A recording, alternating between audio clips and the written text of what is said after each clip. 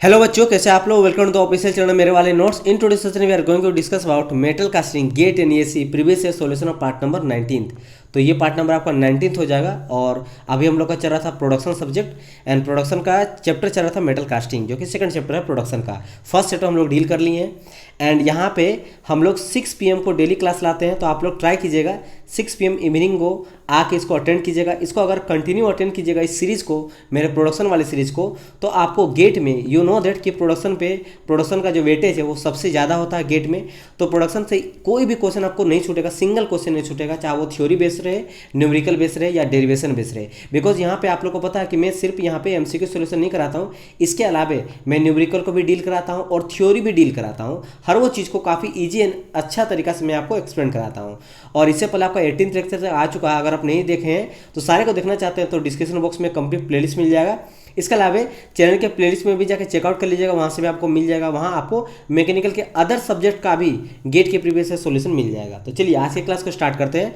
आज का first question बहुत ही ईजी पूछा गया है। क्या है देखिए, आपका 1994 में पूछा गया है, 1 मार्क्स का पूछा गया कि bentonite is a commonly use bonding material for dry sand course. क्या हम लोग बोला गया है कि क्या बेंटोनाइट जो है, जो कि एक मेरा बॉन्डिंग मटेरियल है, क्या उसका यूज करते हैं हम लोग कोर बनाने के लिए सैंड से। तो बिल्कुल सही है, मेरा करेक्ट स्टेटमेंट है। देखो होता क्या ना कि बेंटोनाइट एक तरह से मेरा क्ले होता है। क्या होता है? क्ले होता है। और इसको भी हम लोग मॉइस्चर करते हैं, तब जाके इसमें जो बाइंडिंग एजेंट यानी कि इसमें जो कंपैक्टेबिलिटी वाला स्ट्रेंथ है वो आता है। आपको पता है, क्ले से याद आता होगा कि सर एक ग्रीन सैंड आपने बताया था।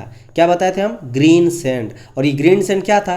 मैंने बताया था कि जब भी हम लोग क्ले लेते हैं, ठीक है, क्या लेते हैं हम लोग? क्ले लेते हैं। और उस क्ले में जब हम लोग मॉइस्चर मिला देते हैं, ठीक है, मॉइस्चर यानी वाटर कुछ पार्टिकल मिला लेते हैं, ठीक है, और सैंड भी मेरा रहता है, तब इसको हम लोग बोलते हैं क्या? Green sand.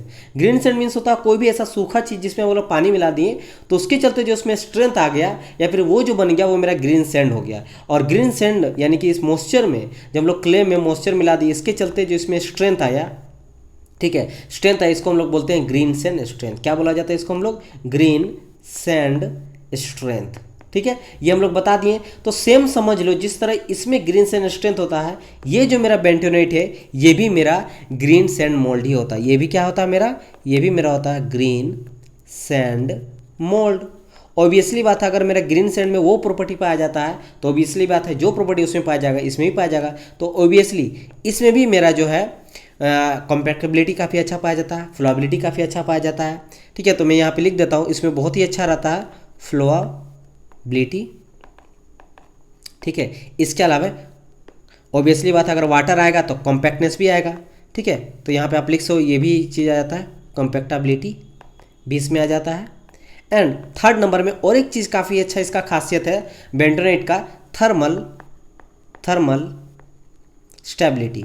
अब इसको आप कहाँ से समझिएगा, इसको आप मैं आपको समझा रहा हूँ, समझिएगा। याद कीजिए भाई कि ये कोर क्या होता था सर? आपने बताया था सर कि जब भी हम लोग कोर का यूज़ करते हैं होलो पार्ट्स को बनाने के लिए, मैंने बताया था ना कि कोर का यूज़ कहाँ करते हैं? जहाँ हम लोग होलो पार्ट्स को बनाते हैं वहाँ यूज़ करते हैं हम लोग कोर का। जैसे कि मान लो कि ये मेरा इस तरह का कोई एक मेरा प्रोडक्ट है जो हमको फाइनली मिलना है, अंदर कोर के अंदर है। मान लो ये मेरा, और एक मैं बताता हूँ पहले, ठीक है, इस तरह का कुछ है और ये मेरा मोल्ड के अंदर है। ये क्या है? मेरा मोल्ड के अंदर है। इस तरह से मेरा मोल्ड है और मोल्ड के अंदर मेरा ये दोनों मटेरियल लगा हुआ है। अब ये मेरा दोनों इस तरह का बनाएंगे और बीच में मेरा होलो है, बीच में मेरा क्या? खाली है। अब इस खाली को अगर नहीं रखेंगे तो क्या होगा? ये दोनों चिपक जाएगा। अगर मोल्टेन मेटल यहाँ पे हम लोग डालेंगे और अलग अलग करेंगे तो आपस में मोल्टेन मेटल, जब मान लो यहाँ मोल्टेन मेटल को फिल कर रहे हैं तो मोल्टेन मेटल चारों तरफ क्या हो जाए? भर जाएगा। तो जब चारों तरफ भर जाएगा तो इसको अलग कौन करेगा? ये तो पूरा सूखेगा तो पूरा का पूरा प्रोडक्ट मुझे मिल जाएगा। तब इसमें हम लोग क्या करते हैं? बीच में इस तरह करके देते हैं कोर। आपको याद होगा, मैं इस चीज़ के बारे में आपको बताया था कि हम लोग बीच में देते हैं इस तरह करके कोर दे देते हैं। ये जो हो जाता है ये मेरा कोर होता था। क्या होता था? ये मेरा कोर हो जाता था। तो ये जो मैं आपको कोर देख रहे हैं, ठीक है, ये जो कोर देख रहे हैं, और मैंने और एक चीज़ आपको बताया था कि कोर के सपोर्ट के लिए क्या करते हैं हम लोग सर? तो कोर के सपोर्ट के लिए हम लोग देते थे चेपलेट्स। तो ये जो आप देख रहे हैं रेड कलर से मैं बना रहा हूँ, इधर से और इधर से, ये मेरा हो जाता था दोनों चेपलेट्स। ठीक है, तो अब सिंपल सा ये समझ लो कि भाई कोर बनाते, जब भी होलो ऑब्जेक्ट बनाते थे तो हम लोग दोनों को सेपरेट करने के लिए कोर का यूज़ करते हैं पैटर्न के अंदर, और उस कोर को सपोर्ट करने के लिए चेपलेट देते हैं। तो एक चीज़ बताए, जब इसमें मोल्टेन मेटल हम लोग डालेंगे और इसमें आएगा, ठीक है, तो ये कोर है, इसका टेम्परेचर काफ़ी अच्छा होना चाहिए।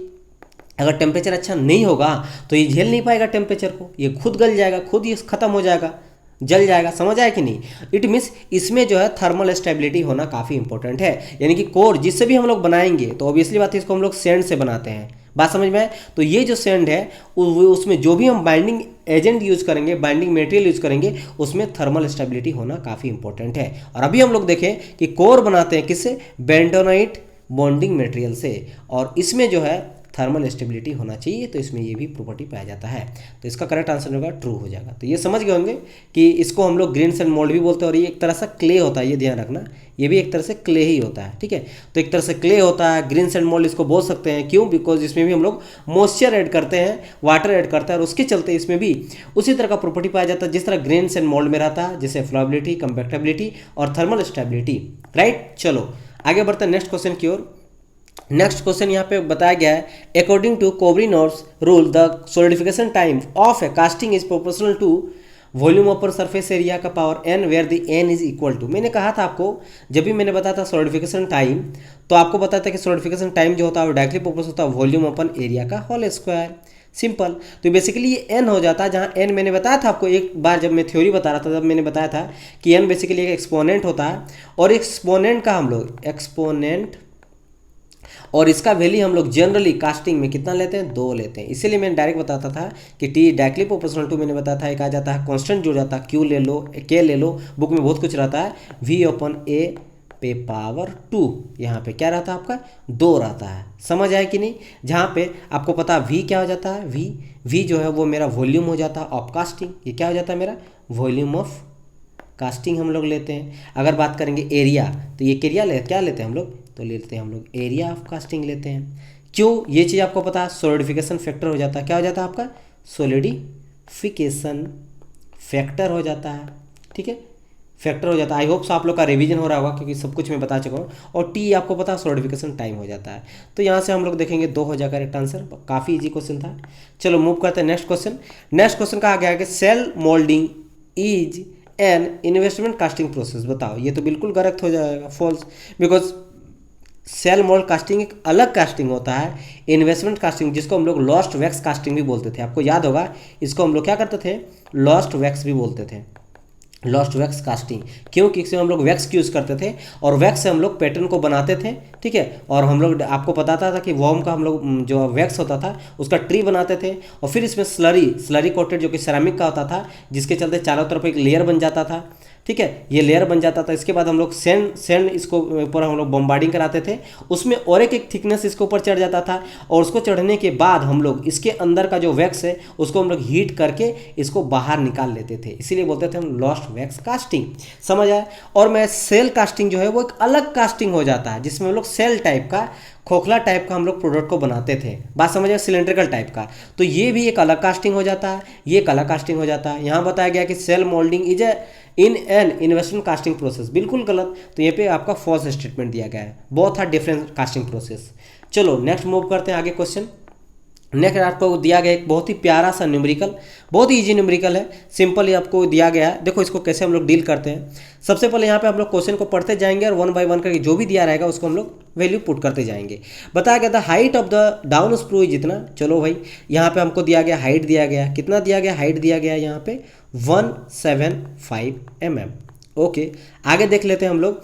आगे बोला गया it's cross sectional area at the base, यानी कि किसका क्रॉस सेक्शनल एरिया? स्प्रू का। तो हम लोग यहाँ देखेंगे एरिया ऑफ स्प्रू कितना दिया गया है, ये दिया गया आपका 200 mm²। Okay, the cross sectional area horizontal runner, और यहाँ पे रनर का भी एरिया दिया गया। क्या एरिया दिया गया यहाँ पे? एरिया ऑफ रनर, रनर यहाँ लिखेंगे। ठीक है, हम लोग रनर कितना दिया गया है? ये भी आपका 200 दिया गया। चलो बढ़िया, यानी कि इन दोनों का जो एरिया है वो सेम है, यानी वॉल्यूम भी निकलेगा सेम निकलेगा। मतलब एक तरह का ऑब्जेक्ट हम लोग बना रहे हैं, मतलब वॉल्यूम उन लोग का सेम है, एरिया सेम है। अच्छा, यहाँ बोला गया एज्यूमिंग करना कोई लॉसेस नहीं हो रहा है। Indicate the correct choice for the time required to fill the mould cavity. Fill कितना मुझे टाइम चाहिए, मतलब यहाँ पे सॉलिडिफिकेशन टाइम नहीं पूछा है, फीलिंग टाइम के बारे में बोला गया है। और यहाँ पे बोला गया कि मोल्ड कैविटी का जो वॉल्यूम है वो 10⁻6 mm³ है। वॉल्यूम है तो क्यूब हो जाएगा। तो यहाँ पे जो आपका कास्टिंग का वॉल्यूम दिया गया है, वॉल्यूम ऑफ कास्टिंग, वो कितना दिया गया है? ये दिया गया आपको 10⁻6 mm क्यूब, राइट। तो ये मुझे कुछ दिया गया वैल्यू है। अच्छा, मुझे यहाँ बोला गया क्या, फिलिंग टाइम निकालने के लिए। मैंने आपको फॉर्मूला पहले बता चुका था कि जो फिलिंग टाइम हो जाता T इज इक्वल टू हो जाता, ऊपर में हम लोग वॉल्यूम लेते हैं, ठीक है, डिवाइड बाय लेते हैं नीचे में क्या, एरिया इंटू वेलोसिटी। ऊपर में भी हम लोग ए इंटू एच लेते थे, आपको पता होगा ए इंटू एच इंटू ए इंटू भी, मैंने आपको ये चीज़ बताया था। इसको आप लोग ये भी लिख सकते हो, ए एच इंटू वॉल्यूम डायरेक्ट बोल सकते हैं, एरिया इंटू हाइट है तो वेलोसिटी हो जाएगा, और डिवाइड में नीचे ए है और दिस वन भी इज नॉट वॉल्यूम, ये मेरा वेलोसिटी है, इसको हम लोग डायरेक्ट लिख सकते हैं 2gh। समझ आया? तो क्या इसको मैं शॉर्ट में कर दूं टोटल डायरेक्ट, तो टोटल इसको डायरेक्ट मैं कर सकता हूं कि क्या हो जाएगा, यहाँ पे हम लोग लिख सकते हैं कि भाई सॉलिडिफिकेशन टाइम मतलब I mean filling time is equal to ऊपर में A H into area into root under velocity का क्या जाएगा 2gh। और चूंकि डायरेक्ट यहाँ पे वॉल्यूम ऑफ कास्टिंग दिया गया, ऊपर में जो हम लोग लेते थे ये कास्टिंग के लिए लेते थे, कास्टिंग के लिए, और यहाँ पे कास्टिंग का डायरेक्ट वॉल्यूम दिया गया, तो डायरेक्ट हम लोग ये भी लिख सकते हैं कि T is equal to volume divide by area into root under 2gh। और नीचे मैंने क्या कहा था, नीचे हम लोग किसका लेते हैं, या तो रनर का लेंगे या स्प्रू का लेंगे या जो भी दिया रहेगा यहाँ पे, तो यहाँ पे चूंकि स्प्रू का दिया रहेगा तो उस बेसिस पे हम लोग निकालेंगे। तो बस अब क्या, कुछ नहीं, वैल्यू पुट करते जा रहना। वॉल्यूम मुझे दिया गया 10⁶ है, चलो भाई हम लोग वॉल्यूम जो है वो पुट कर दिए, ये मुझे mm³ में दिया गया। ओके भाई, एरिया देख लेते हैं, एरिया मुझे कितना दिया गया, तो एरिया आप देखोगे स्प्रू का तो दिया गया आपका कितना 200, और दोनों का मेरा एरिया सेम है, तो बात एक ही, हम लोग एक ही लेंगे तो 200 यहाँ पुट कर देंगे। क्योंकि ये भी mm में दिया गया है, ये भी आपका वॉल्यूम भी mm में दिया गया, तो हम लोग कन्वर्ट नहीं करेंगे मीटर में। चलो ये भी चीज़ सही है। चलो इसके बाद हम लोग बात करेंगे 2gh का, तो इंटू हम लोग यहाँ पे रूट अंडर 2gh पुट कर देंगे। 2 इंटू जी का वैल्यू कितना दिया गया है, देखो यहाँ पे 10, देखो यहाँ पे मीटर में दिया गया है, तो हम लोग काम करते हैं 2gh जो भी निकालेंगे टोटल उसको हम लोग ले लेते हैं, कन्वर्ट कर लेते हैं। तो हाइट को पहले कन्वर्ट करना पड़ेगा, तो 175 इंटू हमको क्या करना पड़ेगा, चूंकि हमको यहाँ पे mm से जाना है मीटर में, तो हम लोग यहाँ पे डिवाइड कर देंगे 1000 को, डिवाइड कर देंगे किससे, 1000 का, तो देखो 3 0, तो यहाँ क्या आ जाएगा, यहाँ पे 75 इंटू आ जाएगा 10⁻⁻3, ये आ जाएगा मेरा मीटर में। समझ आया कि नहीं, ये हम लोग यहाँ पे कर देंगे। अच्छा, अब यहाँ पे हम लोग सिंपल क्या करेंगे, वैल्यू यहाँ पे पुट कर देंगे, तो वैल्यू यहाँ पे पुट कर दो, तो यहाँ पे क्या आ जाएगा, करेक्ट आंसर 175। एक सेकंड यहाँ पे रुक जाइए, ठीक है। तो हम लोग यहाँ पे डायरेक्ट ये कर देते हैं कि भाई 1000 से यहाँ जो हम लोग इंटू किए 175 आ जाएगा, यानी कि 175, ये 10 हम लोग ऊपर ले जा रहे हैं, -3 मीटर में आ गया। तो हम लोग यहाँ से ये जो वेलोसिटी है इसको हम लोग फाइंड कर रहे हैं, ठीक है। तो यहाँ पे velocity is equal to root under था 2gh, तो यहाँ करेंगे 2 इंटू जी का वैल्यू कितना दिया गया, 10 दिया गया, तो हम लोग पुट कर देंगे 10 इंटू एच का वैल्यू कितना था यहाँ पे 175 इंटू 10⁻⁻3, ठीक है। सारा हम लोग मीटर में कर लिए, ये आपका मीटर में दिया गया, इसको हम लोग मीटर में ले लिए। अच्छा, ये क्यों हम लोग डिवाइड किया 1000 से, आपको पता ही होगा, मैंने बताया था आपको कि एक ट्रिक बताया था कि किलोमीटर, फिर लिखेंगे हम लोग मीटर, फिर लिखेंगे सेंटीमीटर, फिर लिखेंगे हम लोग mm। और मैंने ये बताया था कि जब किलोमीटर से किलो को जैसे हम लोग हटाते हैं मीटर में जाता है, तो किलो यहाँ पे आ जाता है 10⁻3 यहाँ पे आ जाता है। तो यानी हम लोग यहाँ से यहाँ जब जाएंगे तो यहाँ पे 10⁻3 इंटू करते हैं, मीटर से सेंटीमीटर जाते हैं तो इंटू करते हैं 10⁻2 का, मतलब 100 का, और जब सेंटीमीटर से मीटर mm में जाते हैं तो इंटू करते हैं हम लोग 10 का। तो जब रिवर्स आएंगे तो हम लोग क्या करते जाते हैं, डिवाइड करते जाते हैं। अब मुझे यहाँ पे क्या था, देखो यहाँ पे mm से जाना था मीटर में, तो mm से जाना था मीटर में, तो यहाँ से यहाँ जब आएंगे तो 10 का डिवाइड करेंगे हम लोग, ठीक है, 10 का क्या करेंगे, डिवाइड करेंगे, और जब यहाँ जाएंगे तो हम लोग करेंगे 10⁻2 का डिवाइड करेंगे। तो अगर डायरेक्ट यहाँ से यहाँ जाएंगे तो यहाँ 2 और यहाँ 1 3, यानी कि 10⁻3 का इज इक्वल टू 1 2 3, यानी कि 1000 का यहाँ पे क्या करेंगे, डिवाइड। इसीलिए मैंने यहाँ पे 1000 का डिवाइड किया। तो यहाँ को जब हम लोग कैलकुलेट करेंगे इसको, तो मेरा जो वेलोसिटी निकल जाएगा वो मुझे निकल जाएगा 1870 mm/s। अब ये पहले देखो, यहाँ पे हम पहले कन्वर्ट किए हैं, अगर मैं, चलो यहाँ पे शॉर्टकट में आपको नहीं बताता, नहीं तो आप लोग बोलिएगा सर mm में क्यों लिख दिए। ये पहले आएगा 1.87 मीटर पर सेकंड में। अब इसको हमको चूंकि mm में लाना है, क्योंकि सारा कुछ हम लोग देखो यहाँ पे सब कुछ जो है हम लोग यहाँ पे जो पुट किए हैं वो हम लोग किस में पुट किए, mm में पुट किए हैं, ये भी mm में पुट किए, ये भी mm में पुट किए। तो अब मीटर में ला के फिर इसको mm में कन्वर्ट करेंगे, तो इंटू हम लोग कर देंगे 1000 का, क्योंकि मीटर से फिर mm में जा रहे हैं। तो देखो यहाँ पे मीटर से फिर जा रहे हैं हम लोग mm में जा रहे हैं, यानी कहाँ से कहाँ तक जा रहे हैं, अब हम लोग यहाँ से यहाँ तक का जा रहे हैं। तो 10⁻2 और 10⁻1, यानी कि क्या हो जाएगा, यहाँ से डायरेक्ट यहाँ जाएंगे तो 10⁻3, यानी कि 1000 का फिर इंटू अब करना पड़ेगा। तो हम लोग यहाँ पे इंटू कर देंगे, तो जैसे हम लोग यहाँ पे 1000 से इंटू कर देते हैं, 1000 से इंटू कर देते हैं, तो मुझे फाइनल जो वेलोसिटी मिल जाएगा वो मिल जाएगा 1870, किसमें, mm पर सेकंड में। तो यहाँ पे हम लोग जो है फाइनल यहाँ पे जो क्या क्या वैल्यू पुट किए हैं यहाँ से हम लोग देख लो। आपका जो ऊपर का वॉल्यूम है वो पुट कर दिए थे, एरिया हम लोग पुट कर दिए थे, बचा 2GH उसका वैल्यू मुझे आ गया, यहाँ हम लोग पुट कर देंगे 1870। तो मैं नेक्स्ट पेज में आपको बता देता हूँ यहाँ पे, ठीक है, कि इसका करेक्ट आंसर क्या हो जाएगा। तो हम लोग यहाँ पे देखेंगे कि भाई इसको मैं इरेज कर लेता हूँ सारा को। तो T इक्वल टू मेरा आ गया था क्या, V, वॉल्यूम था ऊपर में, एरिया था और अंडर था मेरा 2GH। V मेरा कितना था 10⁶ था, नीचे मेरा एरिया हम लोग कितना पुट किए थे, ये मेरा था 200 था, तो हम लोग पुट करेंगे यहाँ पे 200 इंटू जो हम लोग लाए हैं द वैल्यू ऑफ वेलोसिटी, ये मेरा क्या था 1870, तो ये हम लोग पुट करेंगे 1870। और बस इसको सिंपल आपको कैलकुलेट करना है। जब आप कैलकुलेट कीजिएगा तो यू विल गेट 2.67 सेकेंड, क्योंकि हम लोग निकाल रहे हैं यहाँ पे टाइम। तो यहाँ पे इतना आपको सेकंड मिल जाएगा जो कि करेक्ट आंसर हो जाएगा। हम लोग यहाँ पे देखेंगे आंसर दिया गया 2.67, यानी कि ए हो जाएगा इसका करेक्ट आंसर। समझ गए होंगे आप लोग। चलो मूव करते हैं नेक्स्ट क्वेश्चन की ओर। नेक्स्ट क्वेश्चन भी बहुत ही प्यारा क्वेश्चन है। इसमें परमेबिलिटी आपको पता, परमेबिलिटी बहुत ही ईजी आपका फॉर्मूला मैंने बताया था। परमेबिलिटी Pn इक्वल टू लेते हैं, परमेबिलिटी नंबर इक्वल टू लेते हैं V into H divide by करते हैं PA और T, जहाँ पे V क्या आपको, V आपको पता this is your volume of area. क्या लेते हैं हम लोग, एरिया का जो भी हम लोग ऑक्यूपाई करता है वो हम लोग लेते हैं। H क्या हो जाता है, ये हाइट हम लोग लेते हैं, कोई भी स्पेसिमेन का क्या लेते हैं हम लोग, ये हम लोग हाइट लेते हैं, हाइट ऑफ स्पेसिमेन, ठीक है, या फिर ऑब्जेक्ट या मटेरियल। P क्या है, दिस इज योर प्रेशर, या कौन सा प्रेशर, एयर प्रेशर लेंगे, याद रखना, ठीक है, एयर प्रेशर लेते हैं। A क्या हो जाता है भाई, A is your cross sectional area, क्या हो जाता है ये मेरा क्रॉस सेक्शनल, ठीक है, ये क्या हो जाता है मेरा क्रॉस सेक्शनल एरिया हम लोग लेते हैं। ऑफ किसका, ऑफ स्पेसिमेन, यानी कि प्रोडक्ट या फिर ऑब्जेक्ट का लेते हैं।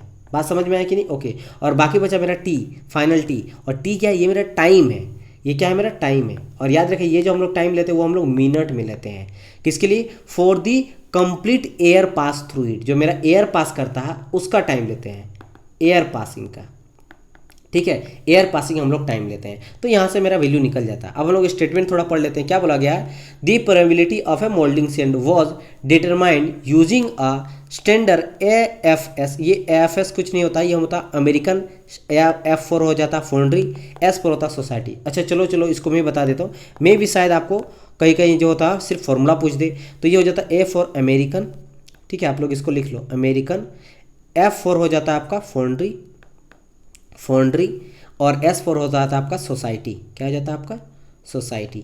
तो मे भी आपको पूछ दे, इसके अकॉर्डिंग हम लोग सेट किया जाता है। तो उसके अकॉर्डिंग बोला गया है passing through 200 cc of air, ये आपका वॉल्यूम दिया गया था, इतना वॉल्यूम से पास कर रहा है एट GA प्रेशर, यहाँ पे गेज प्रेशर होना चाहिए था, ठीक है, gauge pressure of 100 G into, अच्छा यहाँ पे कुछ टाइपिंग एरर हो गया था टाइपराइटर से, वैसे मैं इसको पहले ठीक कर दिया था लेकिन अगेन वो ऑटो करेक्ट के फिर से ये गलत कर दिया गया। तो यहाँ से इसको हम लोग को क्वेश्चन को छोड़ना पड़ेगा। वैसे देखो ये कोई टफ क्वेश्चन था नहीं, ठीक है, यहाँ पे आपको सब कुछ दिया रहा था। यहाँ पे देखो ये आपका वॉल्यूम दिया रहेगा, तो ये आप वॉल्यूम यहाँ पे पुट कर देते, ठीक है। इसके बाद हम लोग बात करेंगे, वॉल्यूम हो गया, देन यहाँ पे आपका दिया था प्रेशर, तो यहाँ पे हम लोग प्रेशर पुट कर देंगे। एंड यहाँ पे डायमीटर कहीं दिया रहा था, देखो यहाँ पे कुछ मिसिंग हो गया, मैंने कहा इसीलिए गलत दिया गया। टाइम देखो 1 मिनट दिया गया है, जो कि मिनट में, मैंने कहा था टाइम मिनट में लेते हैं, तो यहाँ से हम लोग क्या कर देंगे, मिनट पुट कर देंगे। तो टाइम मुझे मिल गया, प्रेशर मुझे मिल गया, वॉल्यूम मुझे मिल गया, और यहाँ आपको एरिया पक्का दिया रहा था कहीं से, तो यहाँ से π/4 इंटू D² से एरिया निकाल देते और हाइट दिया रहता, तो बस इससे मेरा निकल जाता है वैल्यू। क्योंकि ये मेरा टाइपराइटर कुछ गलत कर दिया, यहाँ पे गेज प्रेशर कितना दिया गया, ये TM गलत लिख दिया गया है, तो इससे वैल्यू भी गलत आ जाएगा हम लोग अगर निकालेंगे तो, राइट। तो कोई बात नहीं, इसको आप देखिएगा, इस तरह का कोई क्वेश्चन मिलता है तो मैं बाद में जरूर सॉल्व करा दूंगा, तो डोंट वरी अबाउट इट। तो आपको सेशन कैसा लगा जरूर मुझे बताइएगा। आई होप सो कि आपको मजा आया होगा। लास्ट क्वेश्चन थोड़ा सा एरर है इसलिए मैं छोड़ दिया, अदरवाइज मैं इसको जरूर करा दूंगा बाद में ऐड करा के। तो अगर आपको पसंद आया तो प्लीज़ इसको लाइक कीजिएगा, ज़्यादा से ज़्यादा लाइक कीजिएगा। मेरा आज तबीयत खराब है लेकिन मैं कंटिन्यूटी को मेंटेन करना चाहता हूँ। आप लोग, आई होप सो कि आप लोग भी कंटिन्यूटी को मेंटेन करके रख रहे होंगे। जो बच्चा कंटिन्यूटी मेंटेन करके रखेगा, डेली वाइज देखेगा, तो 100% उसका सक्सेस कोई नहीं रोक सकता है। तो आप लोग कंटिन्यू दिखेगा, कमेंट करके बताइएगा कैसा आपको वीडियो लगा। आप लोगों का कमेंट मुझे काफ़ी बूस्टअप देता है और काफ़ी मुझे मोटिवेशन करता है कि तबीयत मुझे खराब रहता फिर भी मैं आप लोग के लिए मेहनत पढ़ाने के लिए रेडी हूँ। बट आप लोग अच्छी तरह से पढ़िए, राइट, ओके। और बाकी आप लोग को कोई और चीज़ का प्रॉब्लम हो तो मुझे बताइएगा, टेलीग्राम ज्वाइन कर लीजिएगा ताकि कोई भी अपडेट आपको मिले, पीडीएफ वगैरह यहाँ से मिले। अगर आपको नोटिफिकेशन नहीं जाता यूट्यूब का तो टेलीग्राम में आपको नोटिफिकेशन मिल जाएगा वीडियो का। इसके अलावा चैनल को सब्सक्राइब कर लेना ताकि लेटेस्ट अपडेट मिलते रहे जब भी मैं वीडियो को अपलोड करूँ। मिलते हैं नेक्स्ट पार्ट में, तब तक के लिए goodbye and God bless you all.